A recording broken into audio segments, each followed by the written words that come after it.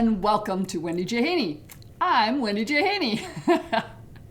Today I'm going to show you how to make this beautiful table runner. Yep, it's a very long table runner, but you can cut it down and have it sized shorter to fit your table. I'm going to walk you through all sorts of things that will help you make this wonderful table runner. And I'm going to just tell you right now, this video got a little longer than anticipated. Hopefully you will find it value and be aware there are chapters identified below, and on the screen you can be able to see where the chapters are and what I'm covering to make it really easy for you to jump ahead. Hey, don't have any problems with borders? Skip the borders. Don't need to worry about binding? Skip the binding section. So I hope you find this helpful. Yeah, I had fun doing it and I think it turned out pretty nice. So let's get started. You're going to want to download the pattern Pumpkin Hollow on Annie's craft store. It's a table runner designed and quilted by Julie Weaver. And so in the description there is a link for it, and we'll have a link at the end of the video as well. And so I'm not going to go through all the details of this pattern because obviously I want to help you, after you purchase this pattern, get the most out of it and see how to cut things and how to lay things out efficiently with your cutting. Because I know as a beginner in these patterns, oftentimes they say, cut this, this, this, and this, and you don't necessarily know the most efficient way to cut that out of the fabric you purchased. Okay, with that said, you're going to need your background fabric. I've gone with a, kind of an off-white. I decided a white was too stark of a fabric. The cats, you could go scrappy. There are 7 cats if you go the full length of the table runner. So you could go scrappy. You could pick out a different black dark color for each individual cat. Or you can keep it simple like I am, and I have one piece of black fabric that I'm going to use for all my cats. And I picked out this, at least so far. We'll see when I get everything done whether I'm going to stick with this for the orange border or not. So those are my primary colors. Then we need the pumpkins. The pumpkins, the pattern has it scrappy where there's strips of fabric. That's what I'm going with. I happen to have a lot of fall colors in my stash, and these are small strips of fabric, 1.5 inches by 5. So I went and started going through my stash bin and I picked out what I needed for the pumpkins. Then you're going to need scraps of fabric for the pumpkin stem, brown. You need about a 2-inch square for each of those for 7 pumpkins, and then scraps for your leaves on the pumpkin. The pumpkin stem and the leaves are appliqued.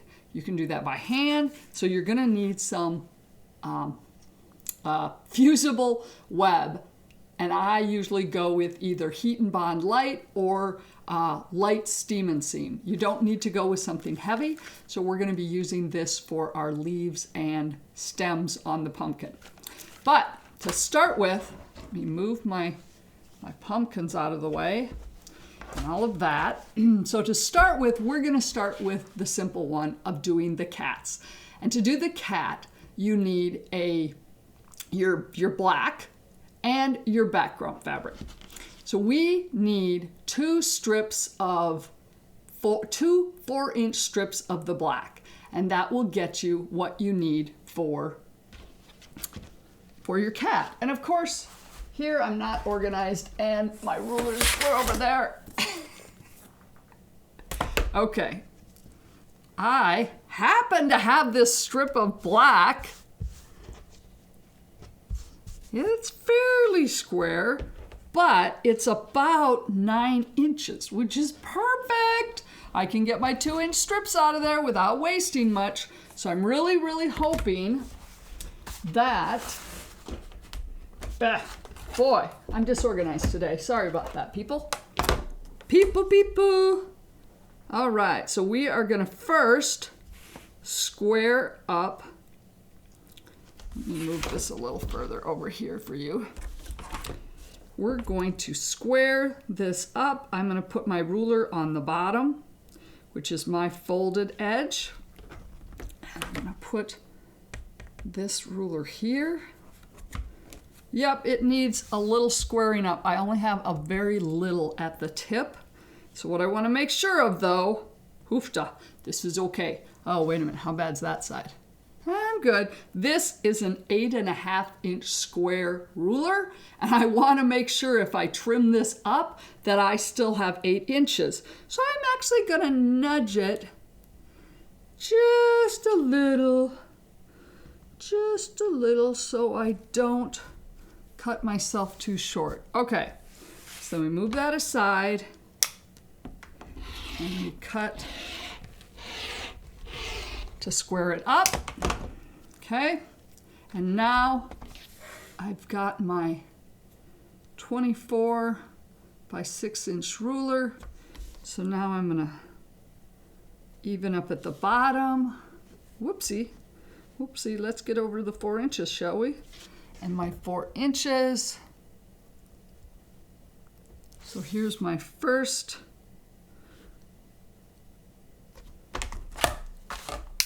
four-inch strip. And yes, my second 4-inch strip. So this worked out perfect. I'm hardly losing any fabric in this. And I pray I didn't have this set aside for another project. It was piled up with this table runner that I actually started last year to do a video for you. And then suddenly I realized, oh my gosh, by the time I get this ready for you, Halloween's gonna be come and gone. So we're being a little more proactive, and here we are in August and getting you ready to get this table ready done before Halloween and the fall season, because it's right around the corner. Okay, so now we have our, I don't like all that stuff over there.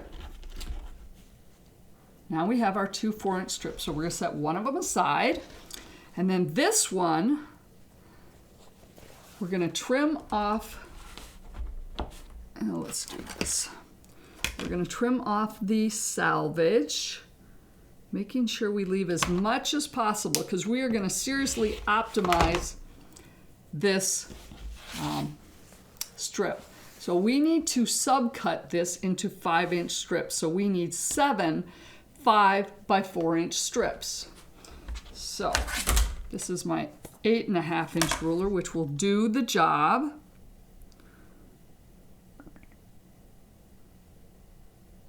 Okay, so I'm gonna cut 7 of these. Okay.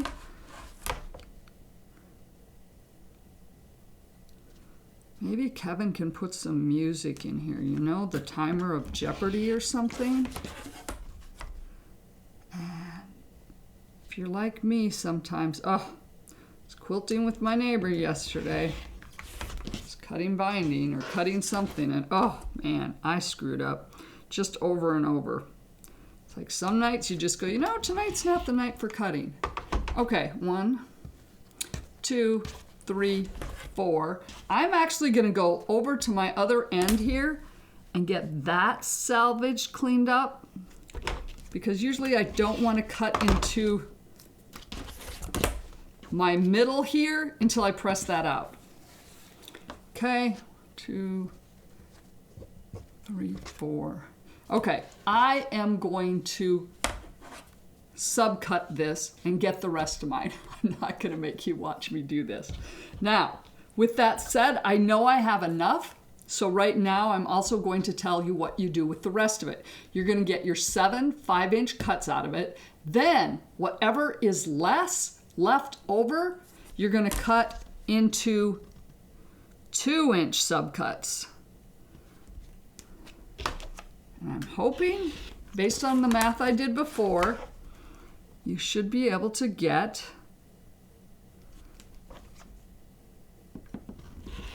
seven of these, I do believe, because I think you need, you need 14 2-inch squares. So I'm gonna just cut 3 of them here. So then you've got your 2-inch cuts. So now they're 2 by 4, and now we're gonna subcut them again, so you're getting your 2-inch cuts. So for every 2-inch by 4-inch subcut, you subcut it again to get your 2-inch squares. Okay, I am gonna go and iron that strip and finish cutting this black strip out, and then I'll show you what to do with the second 4-inch black strip. We are on to our second 4-inch strip. This is all I had left of my first strip, and the only 2-inch strips I had cut were the ones I just showed you. So right now I only have 6 2-inch squares, and I need 14.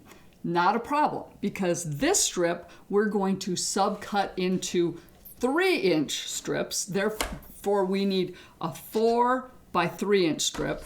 So 7 times 3 is 21 inches. We're only going to use half of this strip of fabric, so we will have plenty of fabric left to get the rest of those 2-inch strips. Okay, so we need 3-inch strips. We just do this, and as I said before, we're gonna have plenty of room, so I'm gonna cut 7 of those, and then I'm gonna cut more of my 2-inch. So I only got 3 left. 3, I need 7. 5. So you get the gist of it. You don't need to have me sit here and show you how to cut the rest of them. So basically you need 7 2-inch strips, so they're 2 by 4 strips, and you're gonna subcut them into 2-inch squares. So you have 14 2-inch squares. You're gonna have 7 4 by 3-inch cuts and 7 4 by 5-inch cuts, and that gives you everything you need for the black. Now we need to cut the background, because part of the cat needs the background as far as the block is concerned. So we might as well just cut everything we need. So we're gonna cut some 1.5-inch strips, a 6.5-inch strip, and a 4-inch strip. My fabric's not ironed yet. I'm gonna go iron that fabric and get ready to go, and then we'll show you the order of cutting that, so you're optimizing how you're cutting the fabric and doing strip cutting, which is the easiest way to do this project instead of cutting each strip of fabric independently. Well, this is all I have left of my 2 4-inch strips that we used to cut out our black cats. So I thought that was a pretty efficient way. Okay, I have this tone-on-tone off-white that I'm going to be using for the background. And as you can see here, it's very not straight. It's been in my stash for a while, and it's a fairly significant yardage, so yeah, it got a little messed. So we're going to, as usual, square it up. Ugh. Come on, ruler. You know, we're gonna trim off a little more of that. We don't have to be, we have lots, I have lots of this fabric, so I can, yeah, okay. So, cut. Now we have our straight edge, and we need two 1.5-inch strips. Okay, that's easy enough to do. Okay, 1.5. And all of these, I'm cutting the width of fabric. That's what caught me on my quilt night with my neighbor. The pattern I was using didn't make it really obvious I was supposed to be cutting on the length of fabric, which is pretty rare. Oh, I was so upset with myself. Especially since it was a kit. All right, there's my 2 1.5-inch strips. Now I need a 6.5 inch strip, and this ruler is only 6 inches. I think I have another ruler that's wider, but not real keen about switching rulers or brands of rulers in the middle of a project. There can be discrepancies. I don't think it's as big of a deal now as it was years ago, but even so. So I need an extra 1/2 inch. So what I'm going to do is I'm going to put this other ruler over here, and I'm going to square up the edge. Whoopsie. Almost did 3/4 inch. 1/2 inch. This is my extra 1/2 inch. So then when I butt my 6 inch ruler up next to it, I still want to make sure everything looks good at the bottom. Now I've got my 6 inch from my first ruler and that extra 1/2 inch to give me my 6.5 inch strip for this next one. Okay, there's my 6.5 inch strip, and we need one more strip. Move my fabric down here. I now need a 4 inch strip.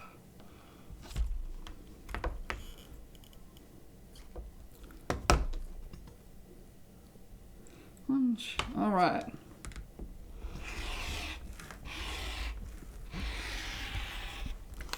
Okay, now we have our background fabric.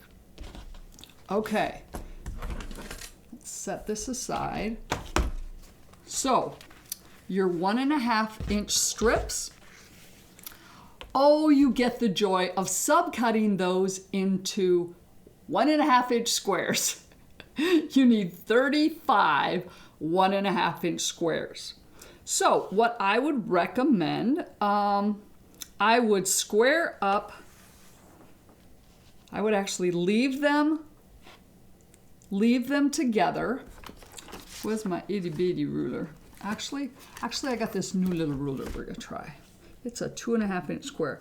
I'm gonna trim off the binding on both of these together.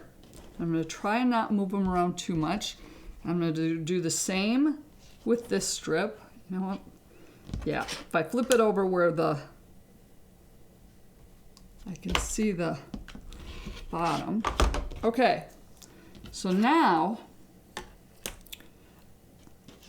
you could, if you're really careful, put these two pieces.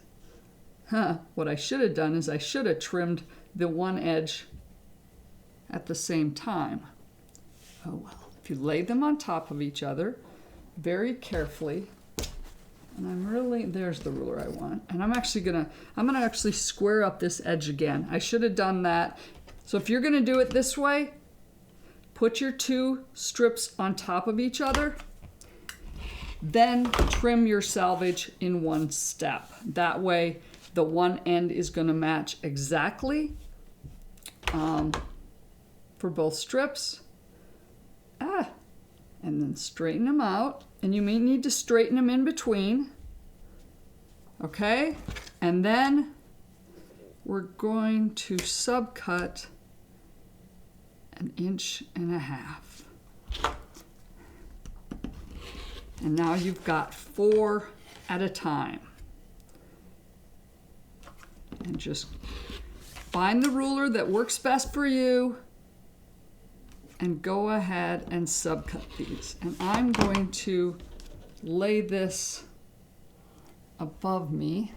Oh, that's in the way. I'm going to lay it behind me, try and keep it nice and straight so I don't have to trim it up again. So that's what you're going to do with those two 1.5 inch strips. You need to cut 35 1.5 inch squares.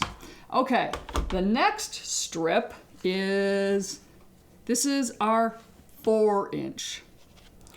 And let's trim off my selvage. And you know what? In this case, I'm going to trim them each separately so I can minimize what I'm cutting off.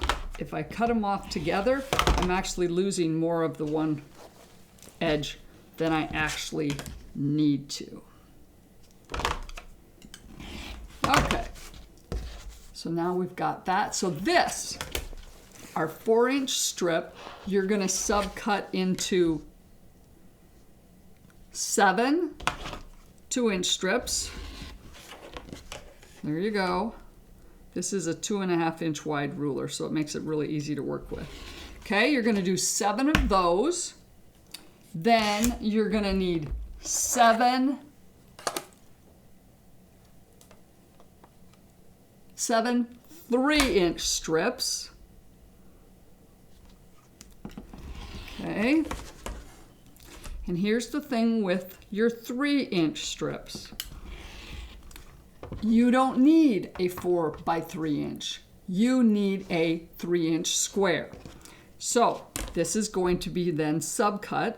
Yes, you're going to lose an inch. But you know what? Doing it this way with cutting a 3-inch strip, 6.5 and a 1.5, it's much faster, and you actually won't waste as much fabric. You're going to end up, well, you're going to lose 7 inches, I guess. But that's very efficient. So take these 3-inch strips and trim them down to 3-inch squares. So you're going to need 7 3-inch squares. Then you're going to cut a 6.5-inch strip. I'm looking at my notes and all of a sudden realize maybe my notes should have had more notes on them to tell me what was I doing? What was I thinking when I wrote that? So we've got one 6.5-inch strip, and I'm going to go back and finish cutting out the rest of these from this one 4-inch strip. So we've got our 6.5-inch strip. Oh, yep. This is why I should have put better notes on my notes. So we subcut our 4-inch strip into a 6.5-inch strip. You're going to turn it the long way and cut it in half.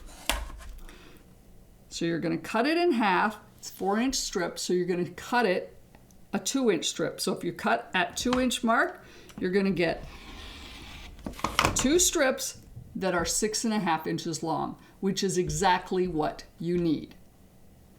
I'm going to go cut the rest of these strips, and then we'll attack the 6.5-inch strip. And that is all we have left of the first strip, other than those 1-inch pieces of fabric that we cut off our to make our 3-inch squares. And you know what? That's a perfect size for your leaders. So throw them in a little jar that you keep for your leaders. And this one, a tad under 3 inches, but it'll be a nice 2.5-inch strip for my scrap bin. Now we have our 6.5-inch strip, and we're going to subcut this into 19 1.5-inch strips and 5 2-inch strips. So that's going to give us a 19 of 1.5 by 6.5-inch strips and 5 2 by 6.5-inch strips. I've already cut off my selvage, and I am not going to make you watch me do this for all of those. So we're going to get 5, 2.5, and 19, 1.5. So I am going to get that done. And this uses almost your entire strip. It's about, I think, 38 inches, so you'll need almost all of it for that. So this is very efficient for cutting your background fabric. So we're going to get that done, and then instead of moving on to the pumpkins and some of the rest of it, we're going to get our cat blocks done. Now that we've got the black fabric and your background fabric cut out, you're ready to put together the cat block. Yep.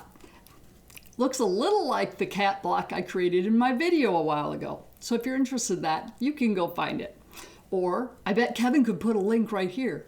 Or is it there? Anyway, you can find that. So here is our cat block.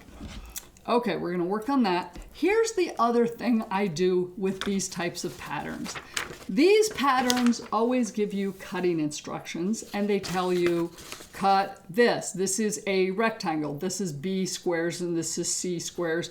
And then in the pattern, it tells you to put a rectangle with F squares on top of it. And then you're continually having to go back up to your cutting and go, okay, what size is the A? What size is the F? So what I do is I have these wonderful Ziploc bags that I've purchased. I used to have a cross-stitch store, and so I have a ton of these. They're a little bit heavier than your Ziploc snack baggies or whatever, sandwich bags, but those work perfectly well as well. And what I do is I get my Sharpie out, and then I put the pieces in my Ziploc bags, and I mark, okay, so this bag contains D, 2 by 6.5, and there's 7 of them. And then E, there's 1.5 by 6.5, and there's 19 of them. And there's my A, B, and C. And what I do is make sure I have the squares or the sizes in there that are that I can easily tell the difference of the sizes. I don't put 2 squares in there that are really close in size that I have to measure every time I took them out of the bag. And then my black, as I said, this was really easy. They're all sizes that are easily to tell the difference. So we have F, G, and H. So that is a very handy way to organize your cut pieces. So as you go through the pattern, and it tells you to put A with F and G and XYZ, you can look at your baggie, know what it is, know what's in there, etc. It's also really handy when you do like I do and you cut something out, you get distracted and you go somewhere else, and then you come back and go, where are my pieces and what sizes are what? So something to do there. I'm going to start my timer there. So with that said, first thing we're going to do is I'm going to have you do 2 things that have to do with putting squares on top of another piece of fabric, because I use an open toe foot for those. And then when I'm piecing everything else, I'm using my 1/4 inch foot. So I'm going to have you do it a little bit different than the pattern shows, because this is kind of how I do things from an efficiency point. Okay, you're going to take your 2-inch squares of your black and your 2 by 4, your 2 by 4 piece of your background. And I chose some really bad fabric to try and demo this. My black is a tone on tone, a very light gray circles on top of the black, and my white is a tone on tone. Don't worry. Everything we're putting together is always right sides together. But now the first thing you're going to do on your back of your 2-inch squares is you're going to want to draw a line corner to corner. So I'm using black, so I'm using my Sharpie, or my Sew Line marker that has a white lead in it. And what I do is I don't put my ruler exactly corner to corner. I nudge it a tad down. So my line, which has a weight, is actually corner to corner. Otherwise, sometimes I have found that if I put my ruler right on the corner, then the line is not actually corner to corner.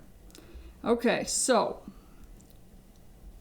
there you go. So now we have our 2 black squares with a diagonal line drawn on both of them.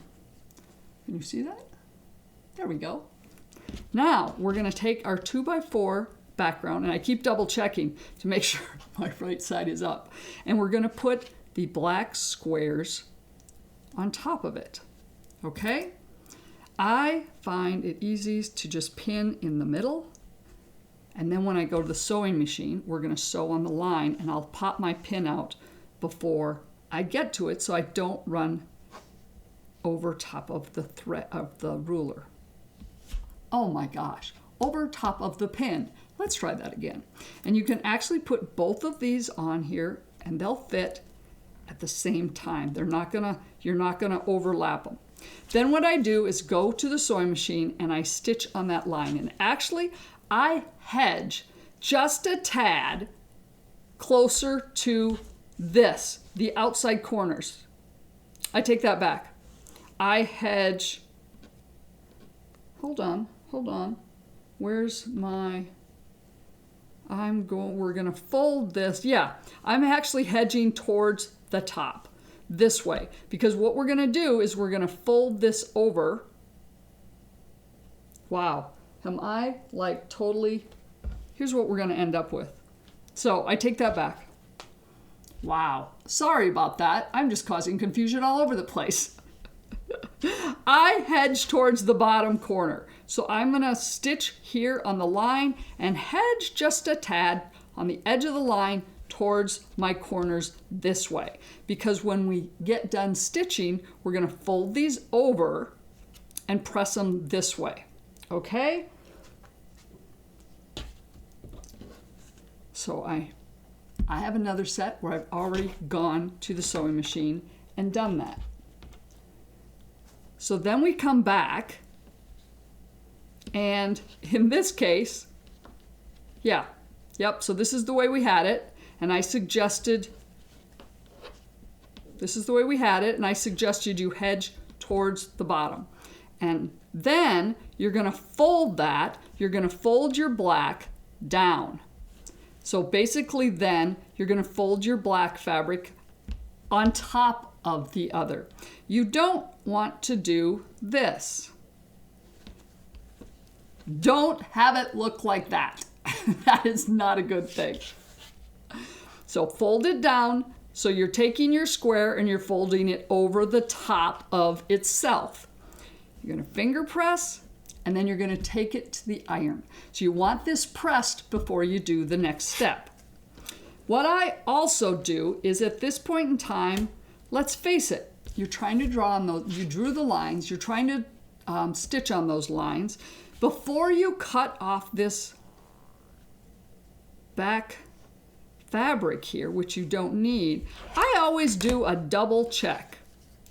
This should be 4 by 2. Pretty close, pretty close. I might be a little shy over here, but I'm good. If for some reason I had extra fabric because maybe I hedged too far one direction with my lines and my stitching, then I would just take my rotary cutter and I would trim off the sides to make sure this is 2 by 4. Then I open it up and I'm gonna put my 1/4 inch on the seam, and I'm cutting off that extra that was behind this because I folded over my square on top of itself. Okay, we're going to do the same over here. Okay, so now you have your cat ears. Okay, actually those are going to be your cat ears. Okay, so that is done. So that's one thing you need to do with the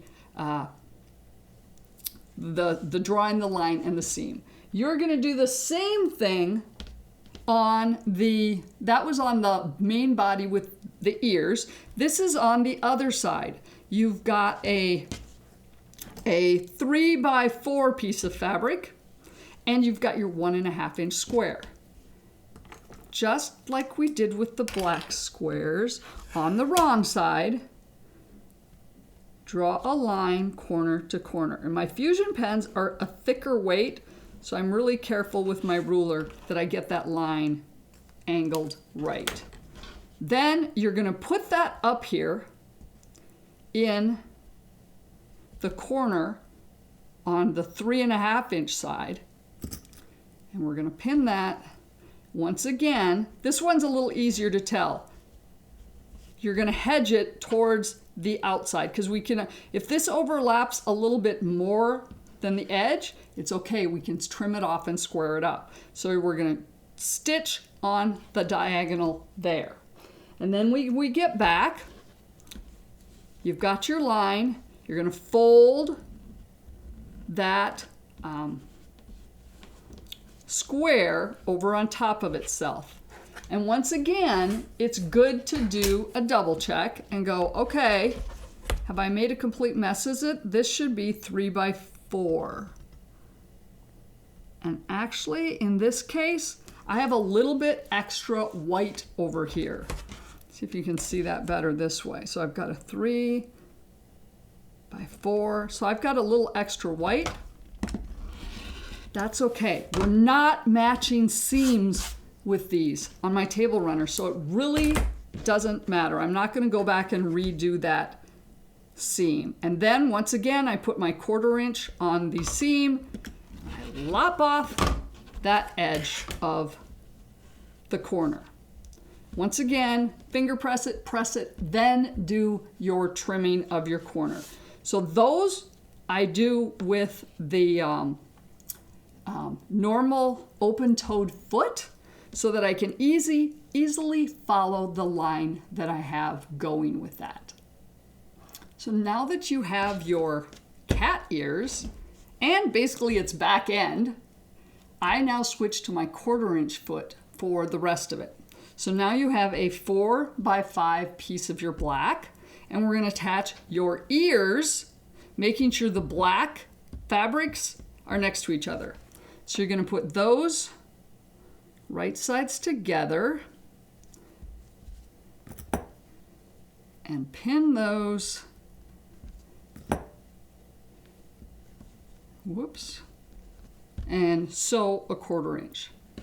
On this other piece, the back end side of the cat, you're going to take your 3-inch square of your background fabric, and you're going to attach the back end of the cat to that. And we're going to pin that.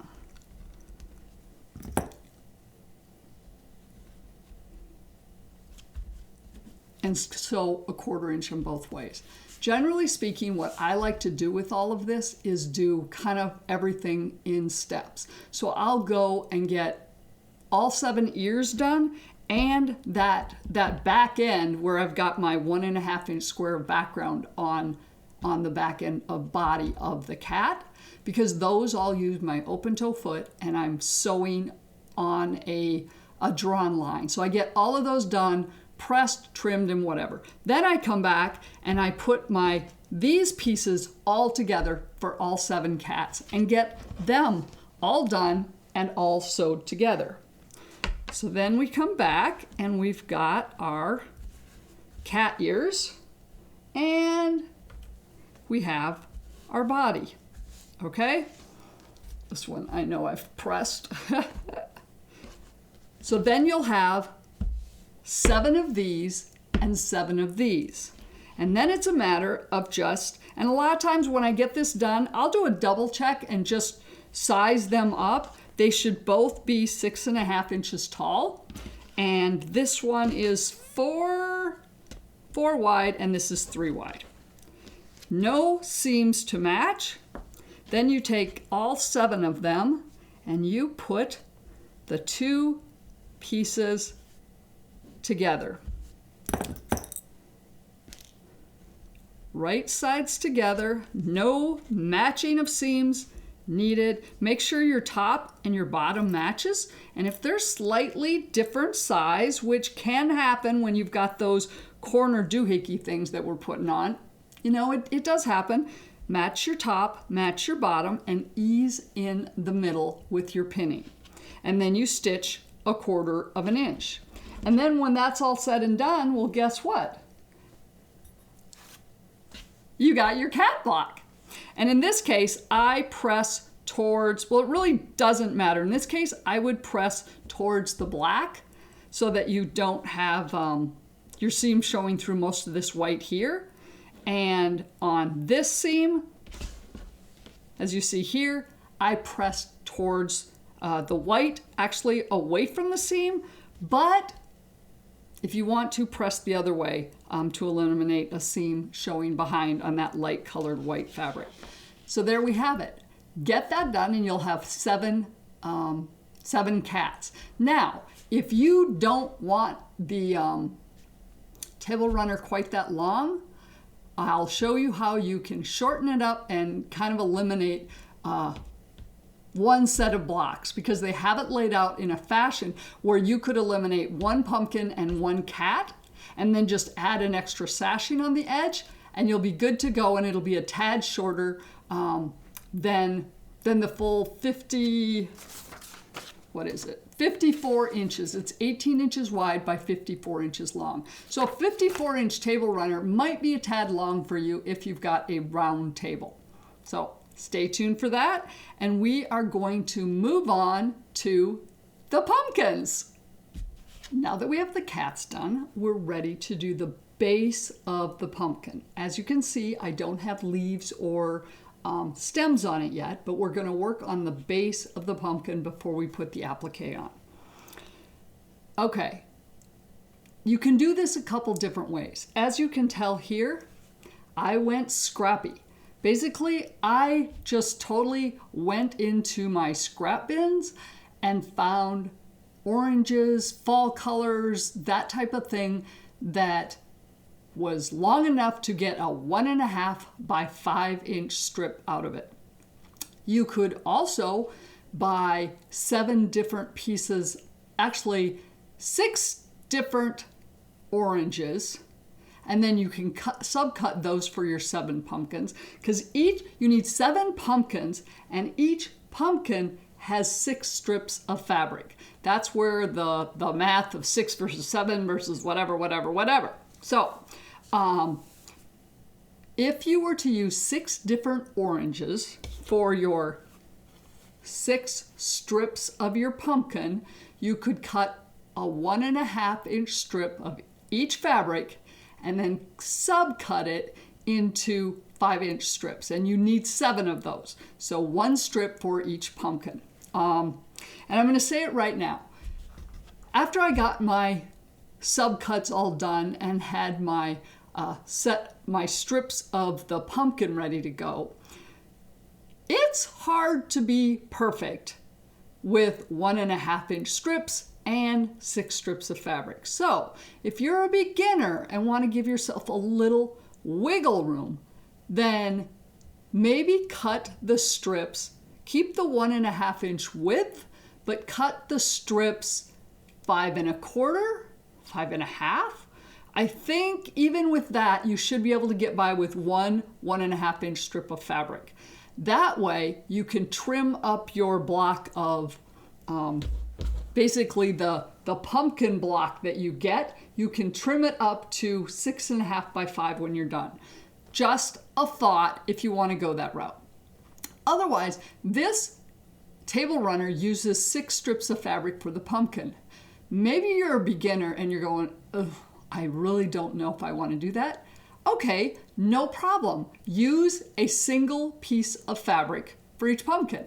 It would be very, very neat looking if you found 7 oranges. And then, so a different orange for each, a different orange fabric for each pumpkin. And then, and I realize now I didn't put it up, but then you could cut from each piece of fabric a 5 by 6.5 inch rectangle. Then you're not doing any strip piecing at all, and you have your 5 by 6.5 inch piece of pumpkin that we then go and add our little white background fabrics to. Just another thought. Otherwise, if you want to go a single piece of fabric and still do your strip piecing, you're going to need 6 1.5 inch strips, and then cut those into 5 inch strips for 42 of those. I know, I hope I didn't confuse you with a lot of different options there. I went scrappy. Or you could also look at this and go, okay, this is 6 different fabrics that I'm putting together. Okay, with that said, I get a little particular when I start doing scrappy. Everybody says, oh, just pull out and randomly put things together and it's scrappy. No, because if I do that, I'm going to get to my 7th pumpkin and I'm going to have 3 strips of the exact same fabric. I mean, come on, Murphy's Law, right? So I had my scrappy 1.5 by 5 inch strips all cut. You're strip cutting just like we did with everything else, so I'm not going to show you how to do that. Then I laid out my 7 pumpkins. And so I laid them out and said, okay, that fabric, that fabric. I kind of laid them out in the order that I liked. So like here, I don't want that orange next to that orange. That doesn't look good. I did this, okay, there we go. And then I did this one. So basically I went through and laid out in order how I want my 6 fabrics for each pumpkin to be laid out. And then I tried to look at them all and go, oh, I seem to be putting those 6 fabrics all in the same order on my pumpkins. And I don't want that. I want them more scrappy. Or if you used 6 fabrics, maybe you want every pumpkin to look exactly the same, where each fabric is in the exact same spot in your pumpkin. You choose, lay them out, then basically right sides together. I have a batik here. I have lots of batiks in my scrap collection. So anyway, just let's do this one. Yeah, let's do this one. So we're going to put right sides together, go to the sewing machine, and sew 1/4 inch. Then I'm going to open it up, take my other piece, basically build my pumpkin by right sides together and doing 1/4 inch on each of them. Okay, and I'm going to, I don't want to lose the order of my pumpkins, so we're just going to put this here, because I went to a lot of work figuring out the order of these pumpkins, and these are the last 2 I have to do. Okay, so we are going, that's funny. I sewed too many of them together. So I'm going to go sew those sets together, and then I'm going to show you the next steps, because I got ahead of myself and now I'm not in a position to show you what you need to do. Now that I have a set of my strips sewn together, this should be 5 by 6.5. And right now, you know what? It might not be perfect. Measure it, and if it is totally squirrely, then you might want to take something out and adjust it. But if it's pretty, that one's pretty dang close, we're going with it, okay? Then you get 4 of your 1.5 inch squares of your background fabric. And we're going to do just what we did with our cat. We're going to take these squares and we're going to draw a line corner to corner. And I'm not going to put my ruler right on the corner, right next to it, so my line actually ends up being corner to corner. Okay?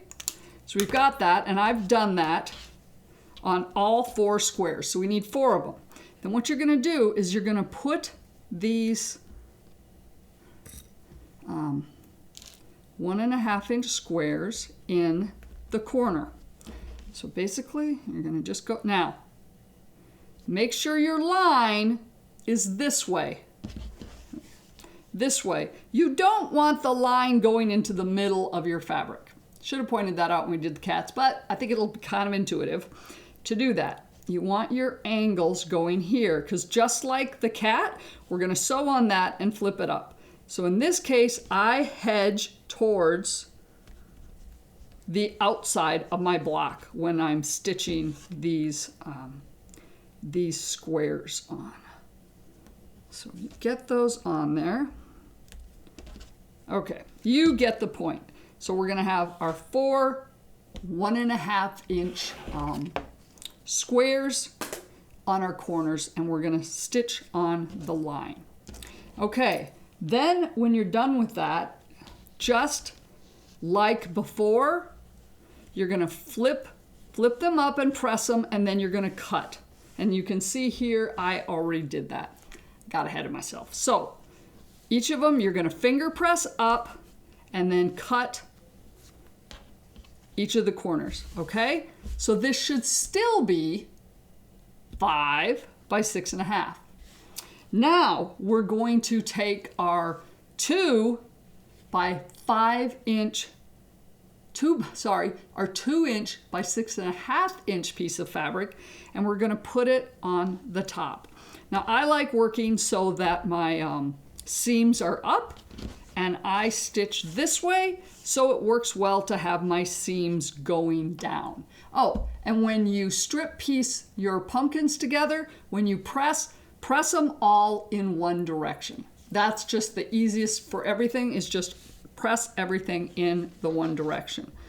So we're going to get this nice and even here, and we're going to pin this on and put this border, this 2 by 6.5" piece of fabric, background fabric, on the top of our pumpkin with our background black corners. So you're going to stitch a 1/4 inch. Obviously you're doing right sides together. Okay? Then, after that's done, you're going to finger press, and there you go. You have your pumpkin. It looks a little less. It looks a little lonely. It needs the root at the top, the stem, not the root, the stem. We need a brown stem on the top, and then we're going to add some leaves.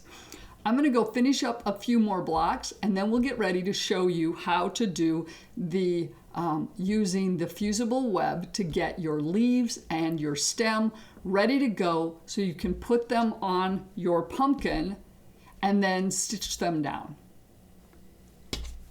Now that you have a number of blocks done that look like this, which is your pumpkin, now we're ready to add the stem and the leaves, so we turn that block into this block. Okay, so what you're going to need is you're going to need some type of fusible fusible stuff. Man, I'm having a gap there. Iron-on adhesive. I, for this type of work, use Heat and Bond Light. There's also Steam and Steam Light. Also, a variety of them out there. You don't need a heavyweight adhesive iron-on for this. Super, super simple. So I've got my Heat and Bond, and on your pattern, on the last page, they have the designs that you need to cut out and create appliques for the leaves and the stem. So for each block, you're going to need 3 leaves and 1 stem. So here is my Heat and Bond. One side is like paper, and the other side is gluey. It's got little bumps on it. So yeah, that's kind of the gluey side. That is what you're going to iron on to the back of the fabric. Okay, so first of all, we take this, and this type of iron-on adhesive is light enough that you can easily take your pattern. Here it has our designs we need. So we need a stem. So put your Heat and Bond Light on top of the design that you need an applique piece for, and your Heat and Bond is paper side up because you want to then trace around your piece that you want to applique, and it doesn't need to be perfect. So now I have my stem drawn on my Heat and Bond on the paper side. So usually what I do is I go and draw a whole bunch of them really close together. Basically what I do is I use the whole paper and I get all of the ones I need drawn out and on here, and then I cut them apart, where basically I have what? 1/4 inch, if that, around all of the applique pieces. So when you're drawing it on your Heat and Bond, keep that in mind, that just have enough space so that you can cut around them. Then, when you have all your pieces cut out, so now I have a whole pile of stems and leaves, pieces that I'm going to use. Then, you take your fabric and you take your applique piece and you're going to take it to the iron and follow the instructions on whatever iron-on applique things that you're using. Your heat and bond, read the instructions. You don't want the iron too hot generally, otherwise, it has a tendency to not stick. The other thing, sometimes it tells you to pre-wash your fabric. Okay, go ahead and do that for your applique pieces to make sure it sticks. I did not have any problems, and I'm pretty sure most of my stuff was not pre-washed. But, so you take your piece, so your pencil design is up, your sticky, bubbly side is down on the back of the fabric. You take it over to the iron and you press on it and make sure it's adhered nicely. Then, let's see if I have a leaf over here. Then, here's my stem. Here's my stem that I've done that with. And then you cut around the design on the pencil mark. So now this piece is exactly the size and shape that was in your pattern, okay? Then you can just get your little fingernail, or sometimes what people do is take, what's the chance this will work? No, my pencil does not do that well. Usually I can just get my finger under the edge of, and of course I'm trying to do that in front of you, and there we go. Or let's grab here we go. I have a little scissors. Some people have styluses and things, but if you take a little scissors, and just score the top of that paper, there we go. Then it's just really easy. So you score the top of that paper and then you tear it off. So now, I don't know if you can tell, now my stem has got it's not bubbly, but it's shiny. So basically it has gluey stuff on there. So you already ironed one part of that to the back. So now as you took the paper up, you have another sticky side. So now we're going to grab one of our blocks and we're going to make sure I put this on right side, and it really doesn't matter.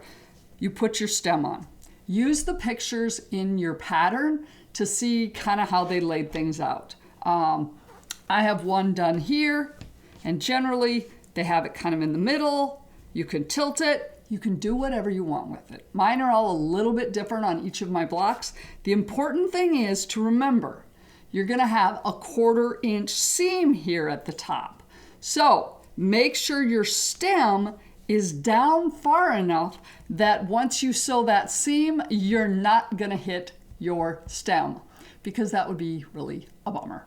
Yeah, so how far do I have mine down there? I have, a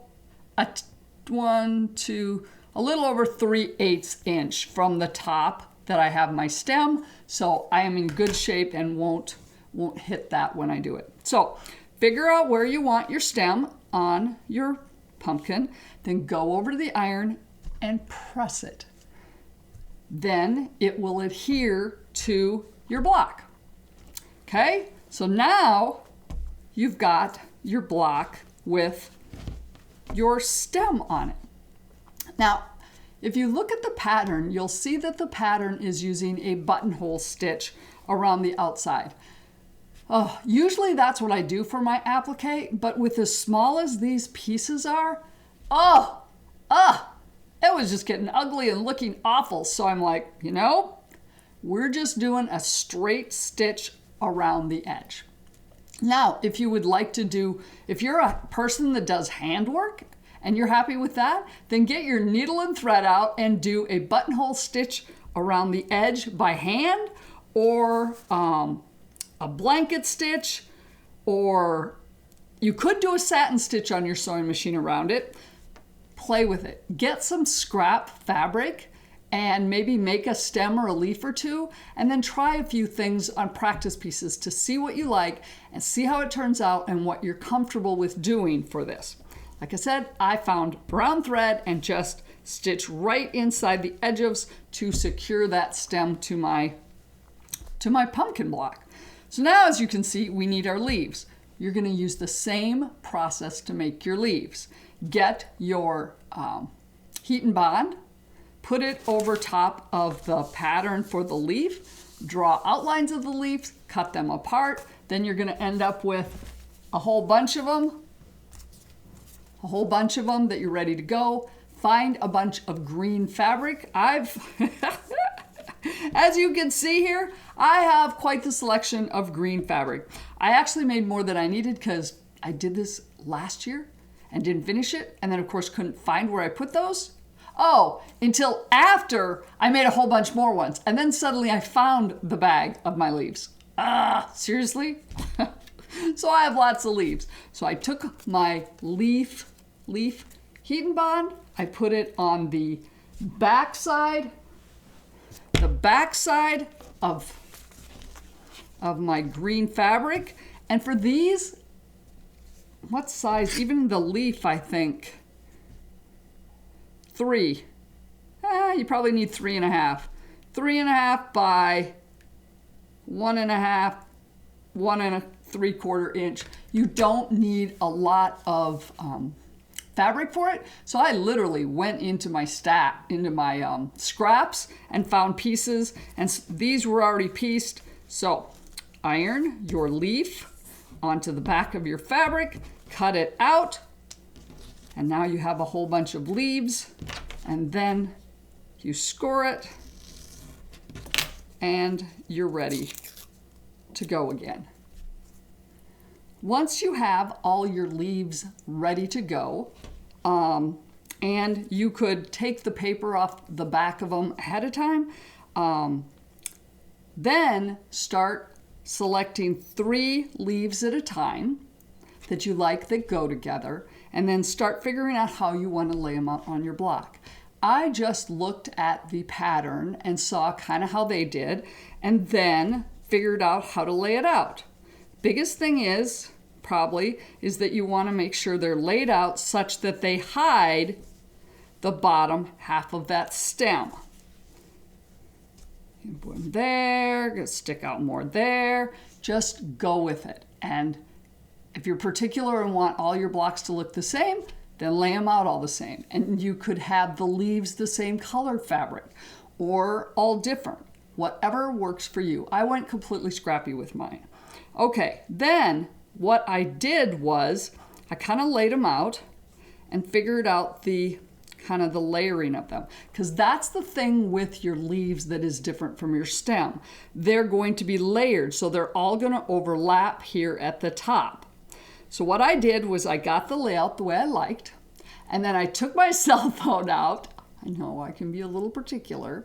Liked it, took my cell phone out and took a photo of it. Then I'm like, okay. Then I remove the 2 top ones. I go to the iron and I iron this one on, okay? And then you could do 2 things. If you're doing the hand buttonhole stitch, maybe you want to then do your handwork around each leaf as you get it on your fabric. I actually ended up not doing the stitch down until I had all 3 leaves on. So I put that leaf on and I press it. And then I put the next one on that's the next level, press it, and put the 3rd one on and press it. Then what I did is I stitched, I just did a straight stitch all around the top one, and then I went around the next one, and then around the next one. So yeah, yep, I just kind of did them like that, and I'm using green thread, so it's really not visible at all. But you can decide what works for you. Maybe you want to stitch around each one as you iron it down, put on the next one, stitch, the next one, stitch. Do what works for you. So there we go. You're going to have all of those done, and then you're going to have a whole set of blocks that now have your stem, your leaves, they're stitched down. Now you're ready to go and start putting things together, which, yeah, kind of the easy part. Yay! I have all my blocks done. I have pumpkins with stems and leaves. So now we move on to the next step, which is putting them all together in rows. So you're going to need to look at your pattern and pay attention to it. So I already have done this with one strip. Cool, huh? It's really, really long. So I'm going to just tell you that. This is long. So maybe you don't need it that long. So hang on here. Let me pick up these. Because what I'm going to do is I'm going to need to do the next row. So the key thing to note is you have one row that has got, sorry, you're really not going to be able to see this. One of the rows has cat, pumpkin, so on, where you have 3 pumpkins and 4 cats. Your other row is going to have 4 pumpkins and 3 cats. So be sure to pay attention to the pattern. Basically, they tell you, look at the diagram.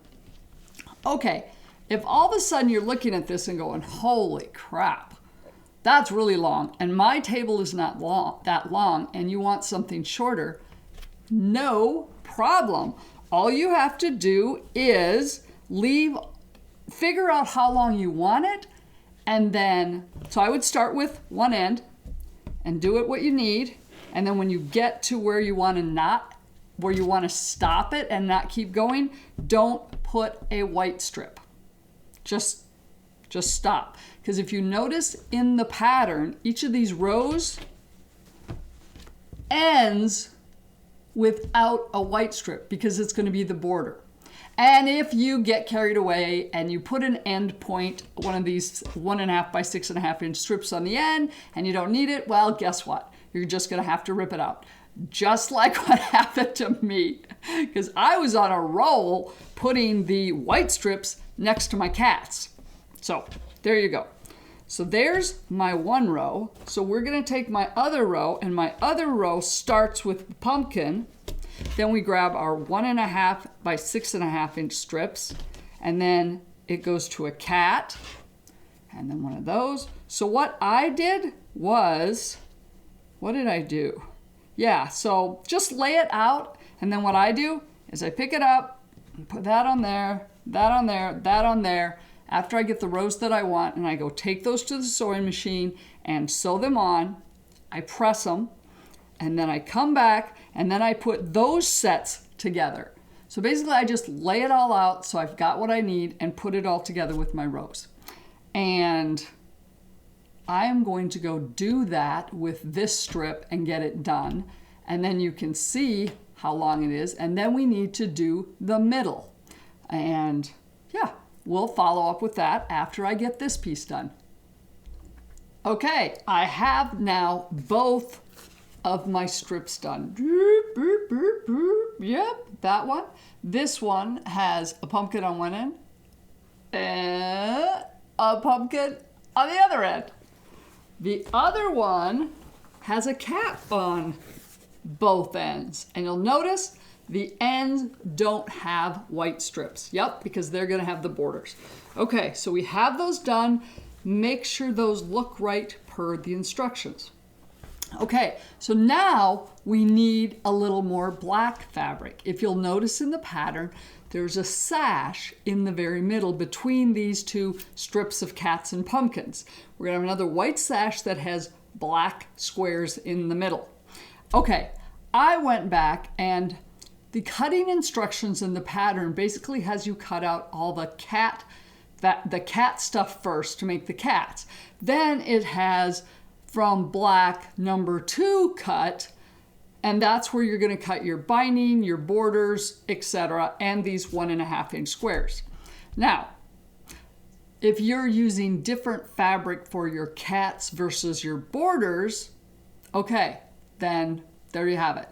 I'm using the same color for both. So what I found is that I have a, oh, how big is this? I have about a 14, well, son of a gun.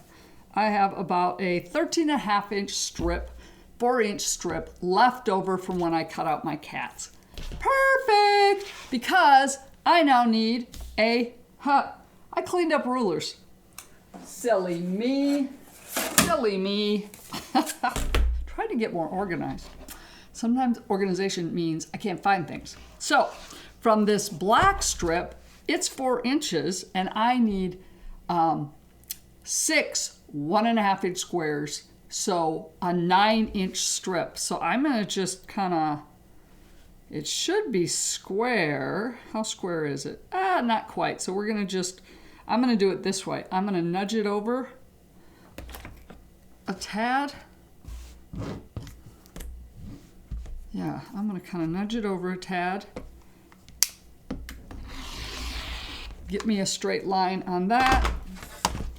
Flip it over, and now I can get a 1.5-inch strip that's nice and straight, and it's 13.5 inches, so I have more than enough room to now take this and subcut it into 6 1.5-inch squares. And I'm not gonna make you watch me cut those. So there are my 6 1.5-inch strips. We already cut the 6.5 by 1.5-inch strips that we're gonna need for that center border. Okay, as long as I'm walking you through the cutting of the black, you're also going to need, if you're using your same black for the border and the binding and everything else, you're gonna need 4 2.5-inch strips for your binding, 1 2.5 strip for your borders, and you're going to cut that one strip. You're going to subcut it for your 2 end borders. Now here's the thing. Don't cut that strip for your borders yet. When you're doing borders, you do not necessarily want them cut exactly the way the pattern does, because let's face it, we all have things a little different. So I'm going to show you how to measure for your borders, and then you can subcut that strip, that 2.5-inch strip of black for your end borders, and then you're going to need 3 2-inch strips that you're going to sew together for your long borders. Once again, if you want to cut the strips now, that's fine. Just don't do any cutting yet till I show you how to do the borders. And then from your orange, I found this one that I think I'm pretty partial to. I'm gonna see and lay it out once I get the inside of the blocks completely done. But I think this is going to be my orange border, and with this, I'm gonna square it up. You saw me square up the black. You're gonna do the exact same thing with your orange, and then we need 4 1.5-inch strips. And once again, don't do anything with them. If you want to cut them out, fine. Now, fine.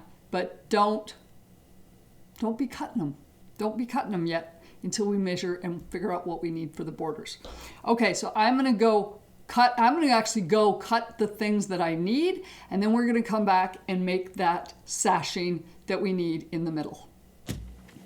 I now have my 6 1.5-inch squares cut, and previously we cut plenty of 6.5 by 1.5-inch strips of our light background fabric. So all you're gonna do is lay these out, and you're going to sew them together. Basically, you're gonna put your black, and I have to keep looking at my fabric because it's so tone on tone. I gotta make sure I got right sides together. You're gonna just lay them out like this all the way, making sure both of your ends have a background fabric, sorry, can't see that there, a background fabric without a black on it. So as long as you do that, basically I would, let's see, if you do that, 1, 2, 3, 4, Yeah, you should be able to just, since you need 6 black and you have 6 of these, you should just be able to attach a black to each of your white strips and then press those. Let's see, I pressed my cat and my pumpkin blocks, so I'm pressing towards the strip between them. Yes, it's a lighter fabric, but pressing it that way means I'm not pressing and overlapping a bunch of other seams.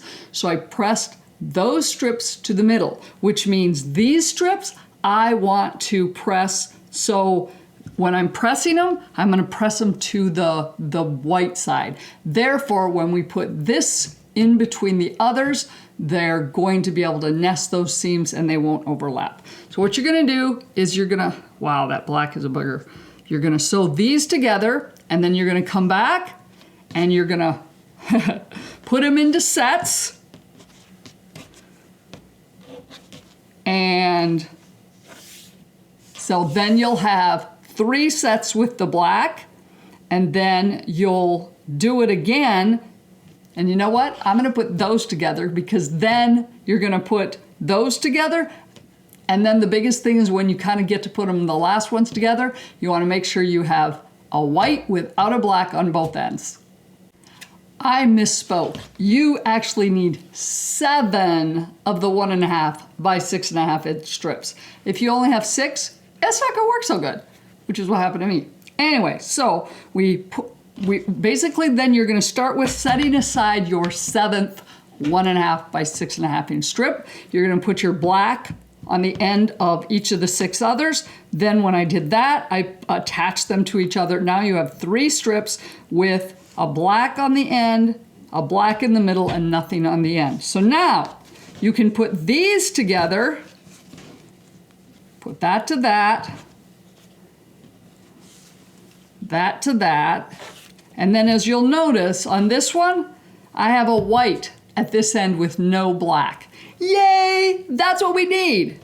But if we go down here to the other end, we have a black square. Oh, so sad. We need to end with a white strip. That's where your 7th strip comes in of your white. Now you're going to put that right side up on the end there. So that way you'll end up with a white strip at the end of each of them with your 6 black squares in the middle.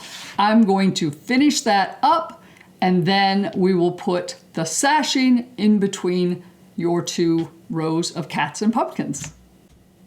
Now that we have our sashing done in the middle, we're ready to put everything together.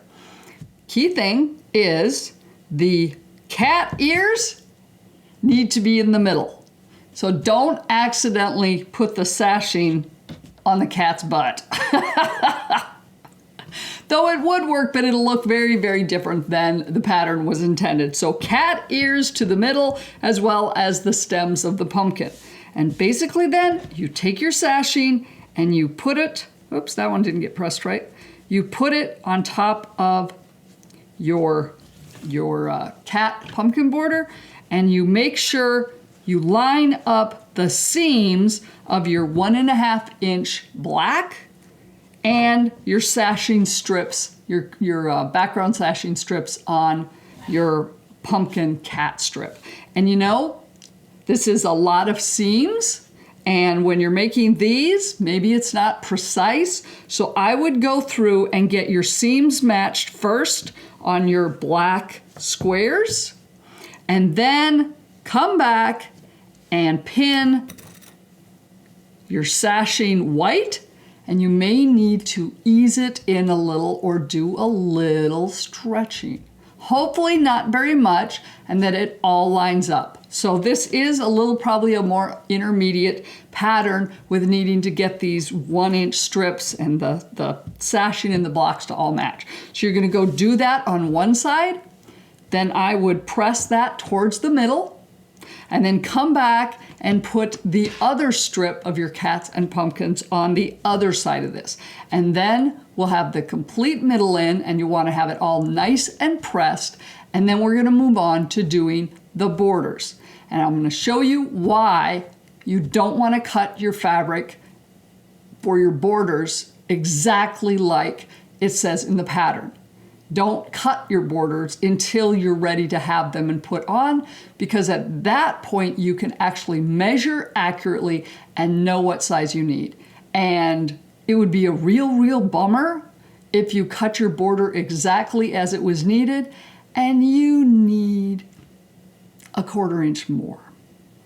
Because you want it square, but if you measure correctly, the borders will be right and they'll be square as well. So I'm gonna go get my middle all done.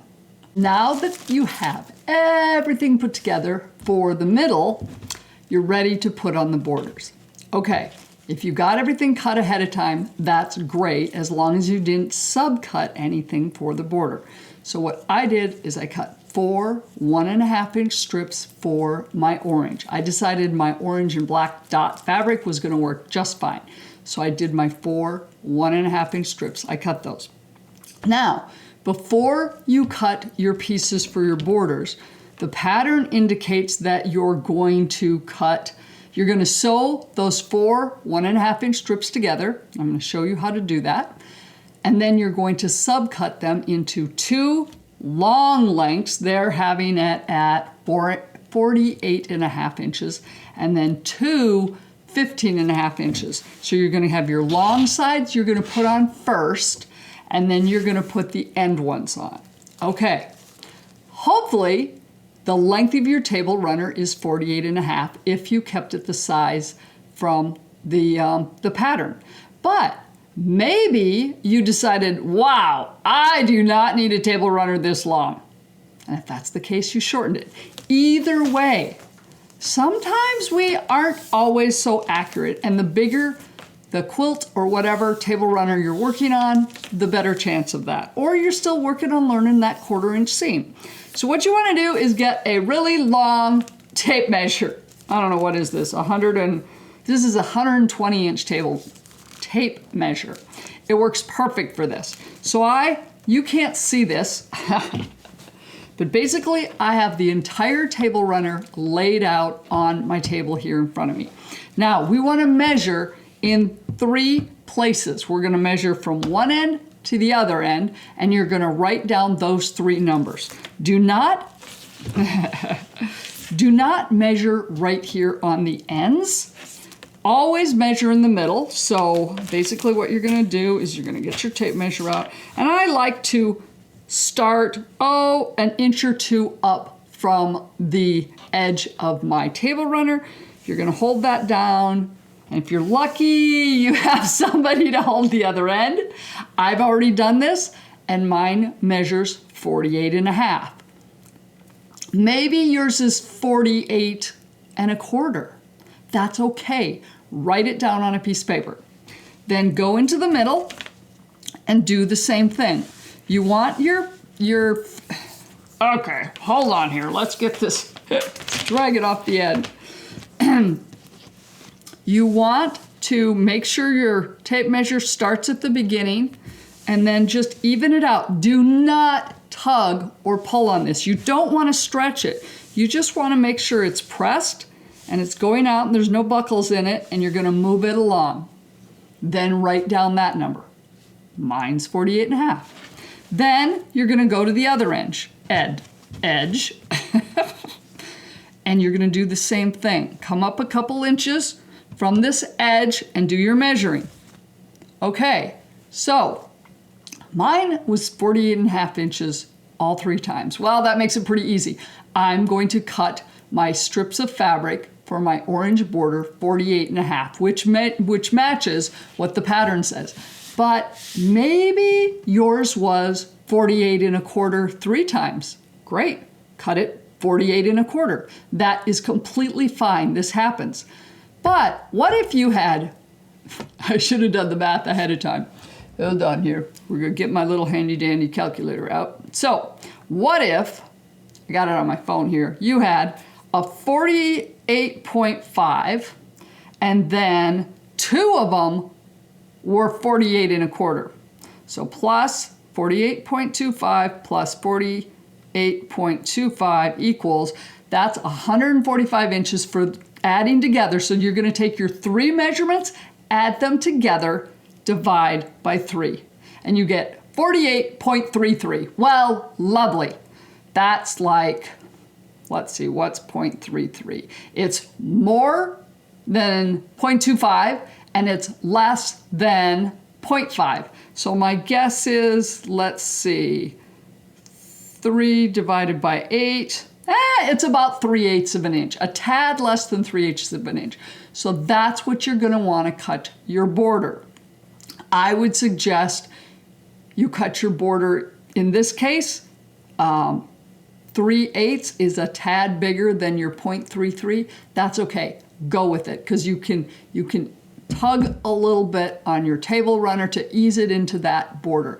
But you want both of your borders cut exactly the same length. That will make sure that once you get your borders on around the middle, that it's square.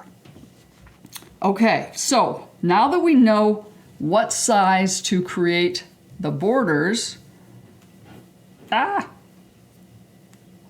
put my phone back over there. Now that I know what size I need to cut my borders, then I have the 4, I've actually sewn some of them together, my 4 1.5 inch strips of my binding.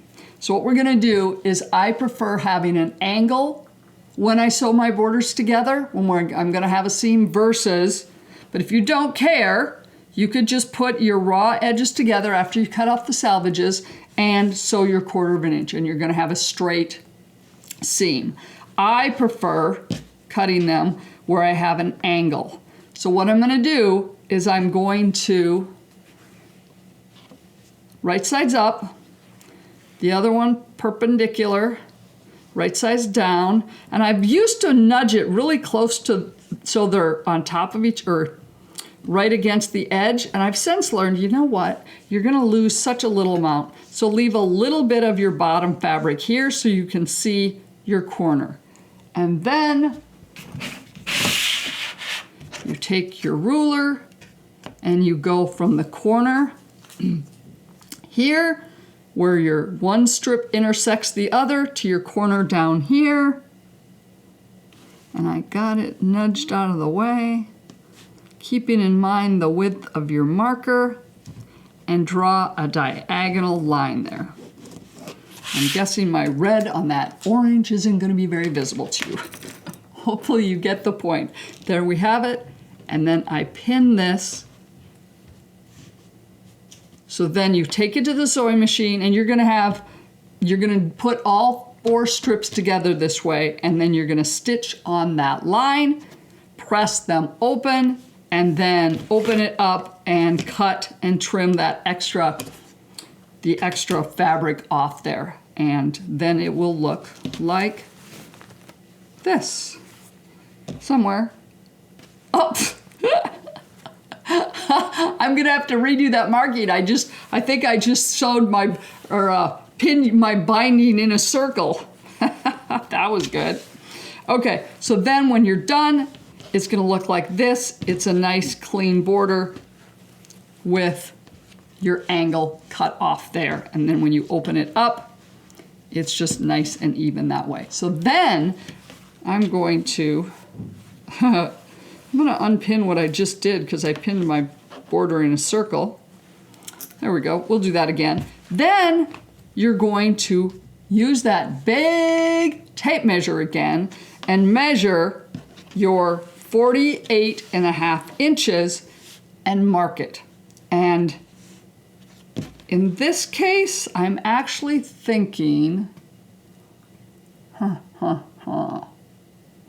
48.5 inches is going to, and I've got a long cutting mat here. 48.5. Yeah, that'll be fine. What you don't want to do when cutting your borders that you have a seam, you don't want to end up cutting it right where you spliced it to another piece. You're better off making some adjustments and losing some fabric over here potentially, so that you've got some distance, because you do not want that splice of your two fabrics together really close to a corner where you potentially could be having another piece of fabric there. So keep that in mind. So basically I'm gonna fix and attach that other, and then I'm going to measure my 48.5-inch strips and cut those, and we're gonna put those strips on. So then I'm gonna sew those 48.5-inch or whatever measurement you got to for your borders. I'm gonna sew them on the long edges here of my table runner. Then we're basically gonna do the same thing. Once the borders are on, we're going to measure the same thing in a variety of places to just determine what size fabric we need for the end borders. So let me go get that done. Something I forgot to mention about borders. So now you have your borders cut. I cut mine, my 48.5-inch that I needed. Now, in order to get your borders on here right, especially if you found you had 3 measurements that were slightly different and you did a little math, it's important to identify the middle of everything.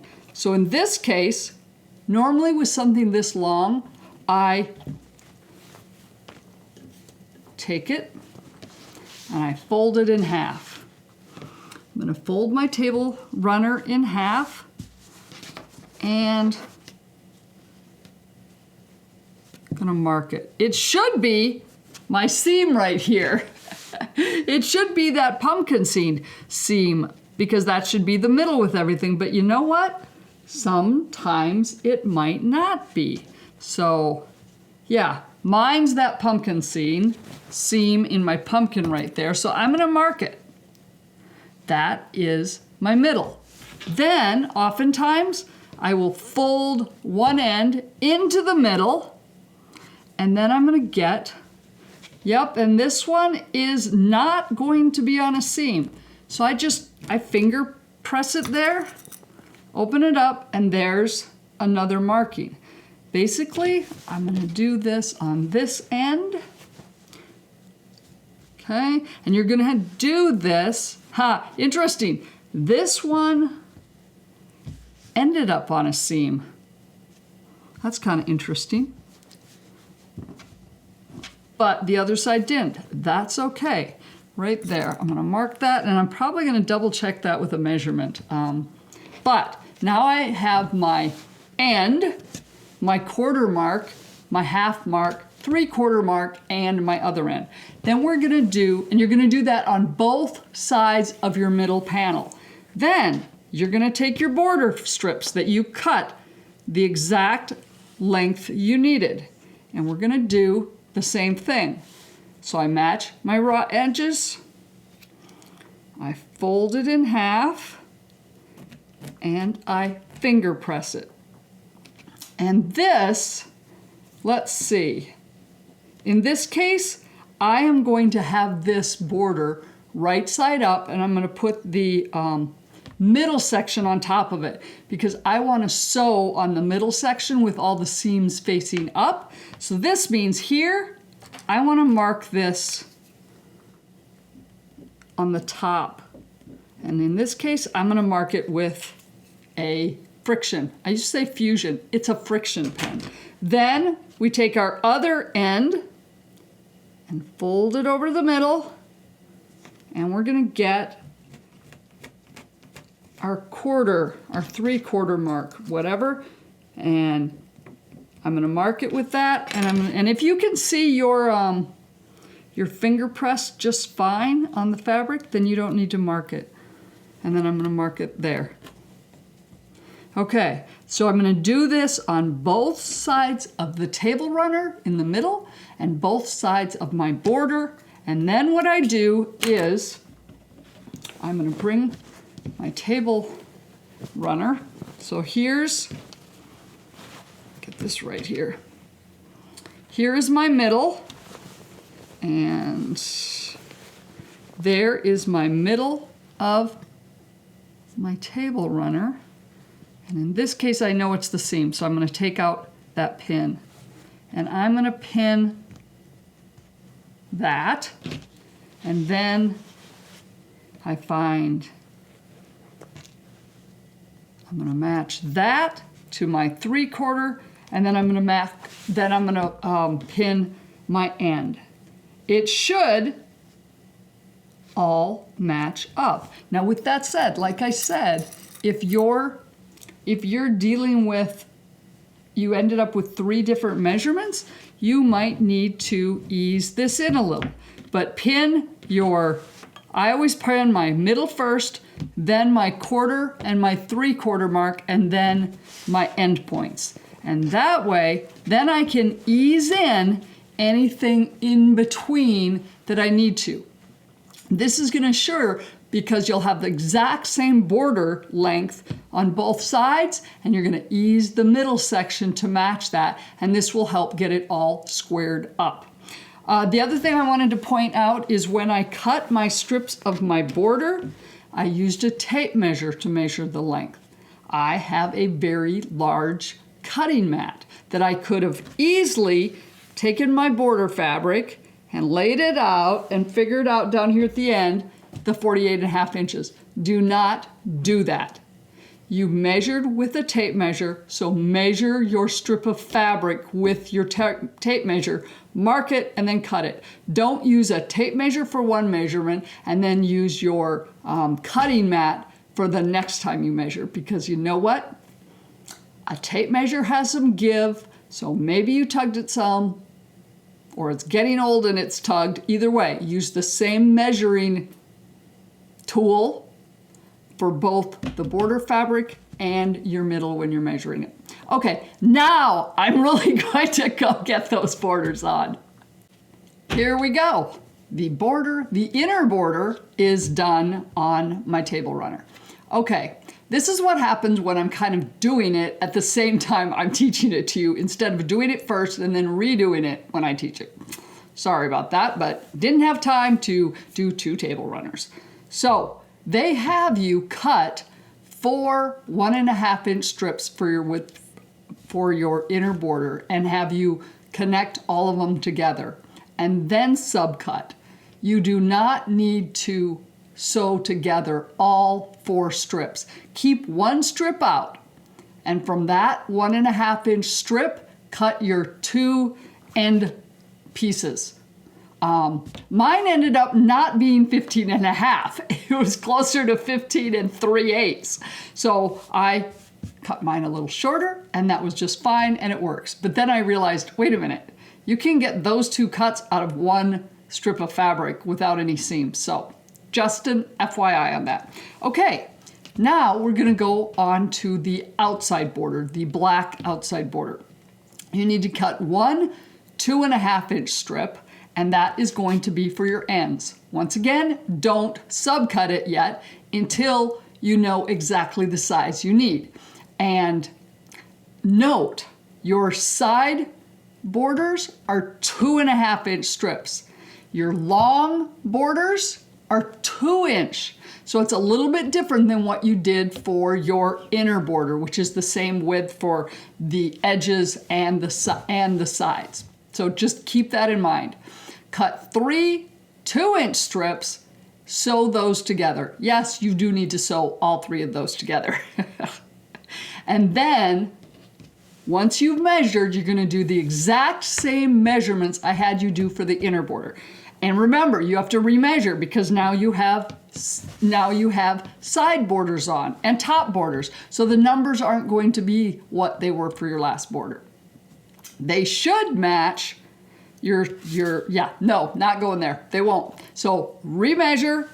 So remeasure from about here, your middle, and here to get your long. Once your side borders are on, then measure in a variety of places. I did like 4, nice even number, and then you're gonna put on your cut and put on your side borders.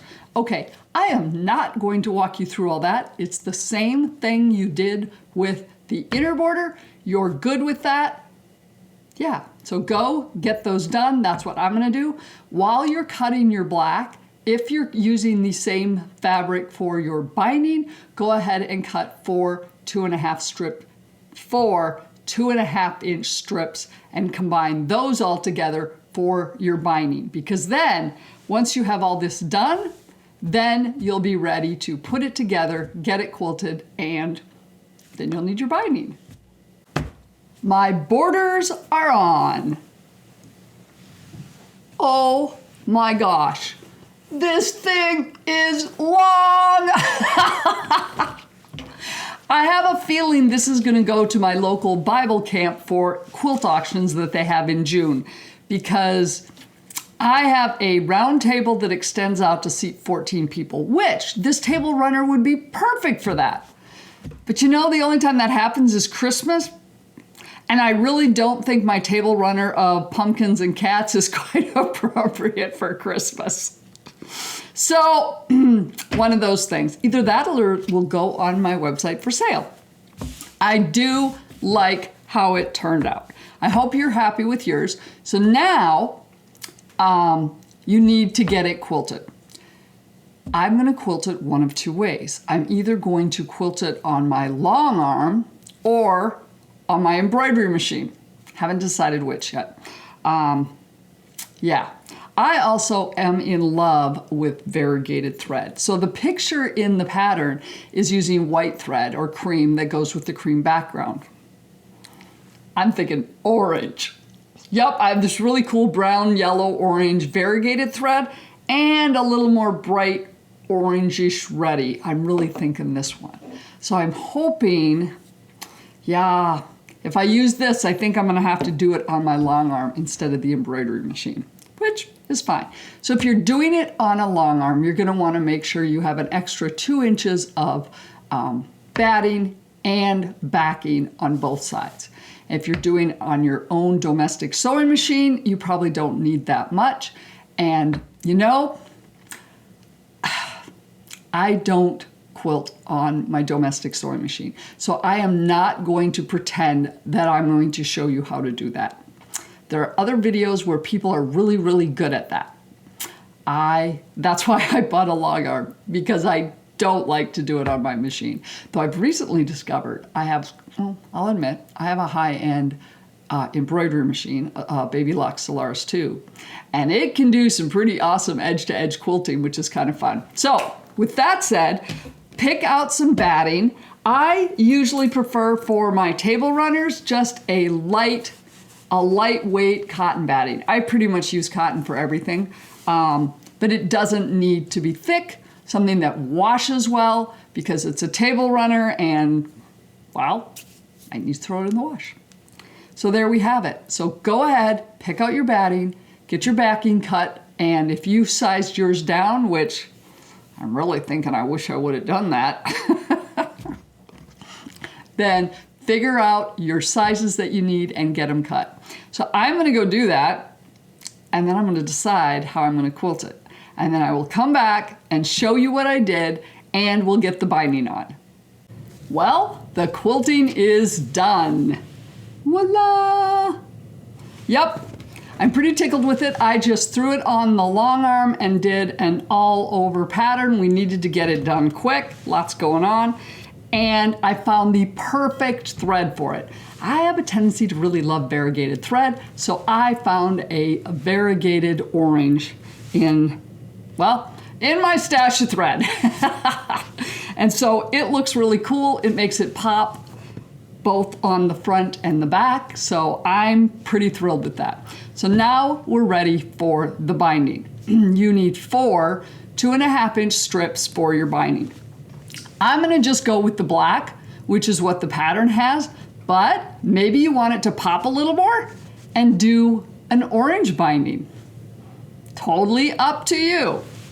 Okay, so I have my 4.5-inch strips cut, and some of them are all ready to go. So basically we're gonna do our binding just like we did our borders. You're gonna get your pieces, you're gonna trim off, and I realized, silly me, I forgot to trim off the salvage on that one. So we'll do that.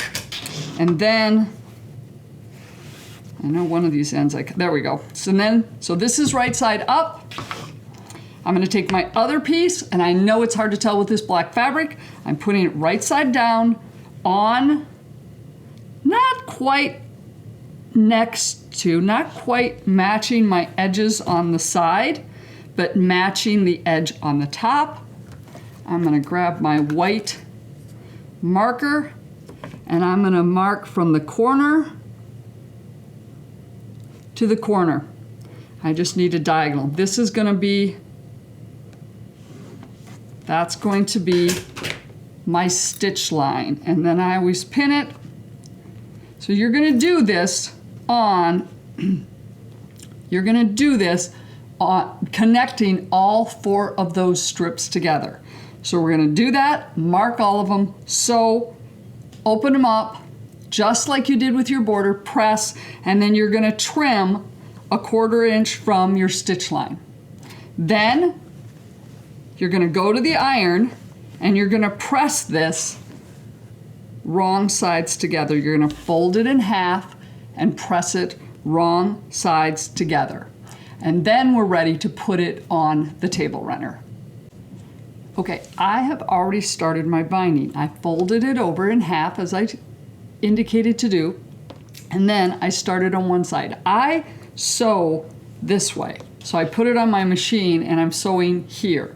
So I basically put my binding about halfway down the edge of my table runner and put it there. The other thing I do is one end of the not the table runner, one end of the binding, where I'm gonna start, I fold it. Let's see if I can, fuzzies there. See if I can show you this better. This way, yeah.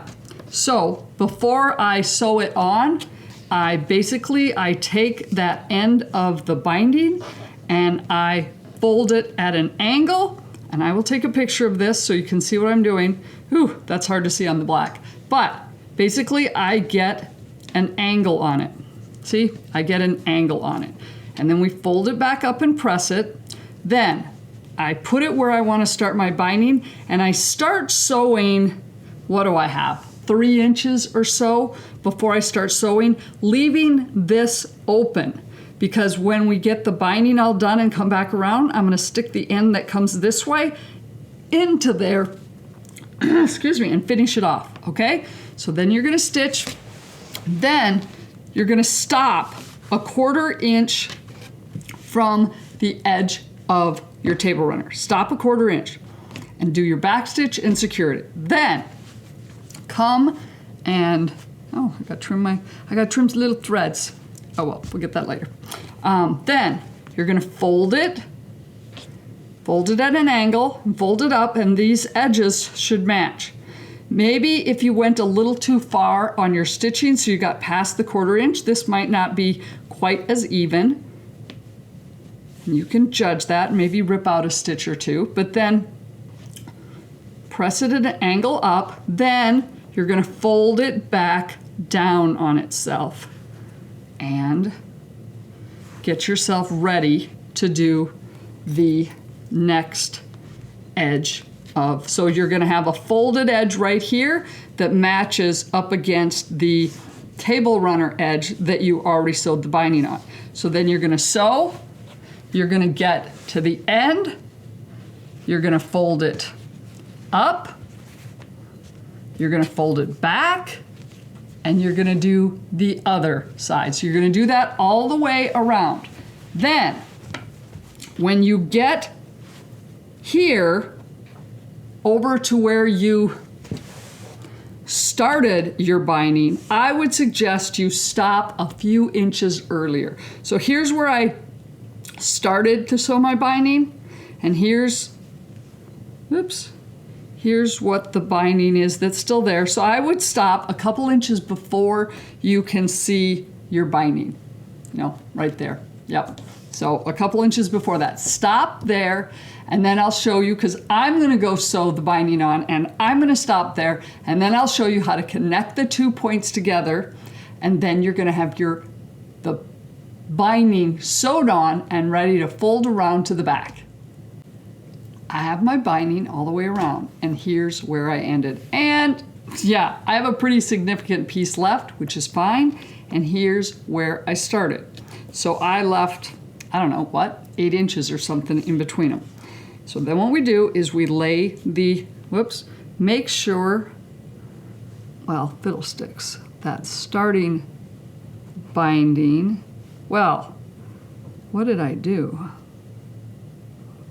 There we go. Still has its angle in it. So it's still got an angle. And then you're going to take this, your ending, and you're going to lay it along the edge, and you're going to put it in there. You're going to nest it inside the other one. And what I like to do is kind of put it in there and make sure I get it past where the angle of that starting border is. And then, oh, I add another, I don't know, ½ inch or an inch, and I just grab my shears, and I like to cut it at an angle. Yep, I like to cut it at an angle so it eliminates a little bit of bulk in there. Then I tuck it in there. Sometimes I get a pin, tuck it in there, and make sure everything's aligned and neat, and then I get my pins out and pin it. Yep, you want to make sure that that's nice. This is nice and neat and goes in there. Yeah, so it takes a little, wow, fiddlesticks. It takes a little maneuvering of both of them, but you'll get it. And then you pin it. And then I'll probably pin here a little bit more, and here, and then I'm going to go to the sewing room and I'm going to stitch from where I ended to where I started, and that is going to secure all of that in, and then we've got our binding all attached and the ends meet, and yeah, it's nice and neat in there. I have my binding sewn on, and what you'll discover is that it ends up with, well, kind of this opening you get your finger in. So the way of putting this binding on, you have to do a little bit of hand stitching, whip stitching, nice and hide that stitching right in there to secure that. If you're not a fan of this method and you don't want to do that type of handwork, I'm going to put a link here to take you to my other video on the different ways you can do your binding. So there are other ways you don't need to do the handwork. This is just, I do handwork, so it's super easy for me. Okay, so you're going to secure that. I also then went and pressed my binding out. Yep, and you got your corners. The next step then is to, after you've pressed it, you're going to take it over and you're going to fold it over. Here is where I call them my binding clips. They're clover clips. I got a link to it in the description. But anyway, these are super handy. So we're going to basically fold over the binding so that it covers your seam. So it just barely covers your seam, and then I put on my clips to hold it. I used to do this with pins, and I used to do my binding by hand. Oh, geez, I'm so over that. So, and especially with a table runner, 99% of the time, nobody's gonna see the back of it. So you fold them all over and you do the clips. I do that, and I do one side at a time. So here on the corner, I just fold it up. Okay, so you're gonna get that. Then what I do is, this is the time that I get out my walking foot. I know, I'm lucky. I have a walking foot that has a quarter inch, not a quarter inch, it has a stitch in the ditch foot on it, which is fabulous. But if you don't, that's okay. What you're gonna do is, once you're gonna get your clips on, if you don't have clips, use your pins. You just gotta be more careful so you don't jab yourself. Then, you're gonna flip it over. Dang, this thing's big. You're gonna flip it over and take it to the sewing machine, and then I'm showing you here from where I started to, but you're going to start at the end, at the other corner. Start at an end, get your needle down there, and then you're going to stitch in the ditch with in this case, I'm using black thread. You want a thread to match your binding. You want it in the ditch, and it should be hidden. The goal is to stitch in the ditch and have it capture the seam or the binding on the back. And that's why you want to fold it over and capture, make sure that fold over is past your seam. Most of the time, this will work fabulously, but if you find out, I do one side at a time and I flip it over. If you find there's a section that didn't get captured with your stitching, you can do one of two things. Tack it down by hand if you're comfortable with the little handwork, or just take a few stitches out, get that binding pulled down a little further, and then come back and stitch it again and try and get that backing captured in there. And then you're going to be done. Wow. This was quite the beast. I wished I would have shortened it. The other thing to remember when you're working with a piece of, table runner this large is as you're sewing it, make sure it's not falling and tugging as you're stitching on it. So I usually try and throw it up on one side of my table.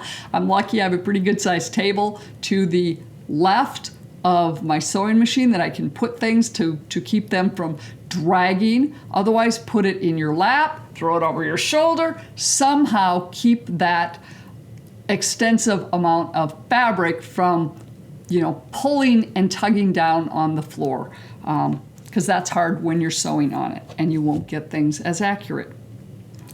Okay, that is it. That's all we got for it.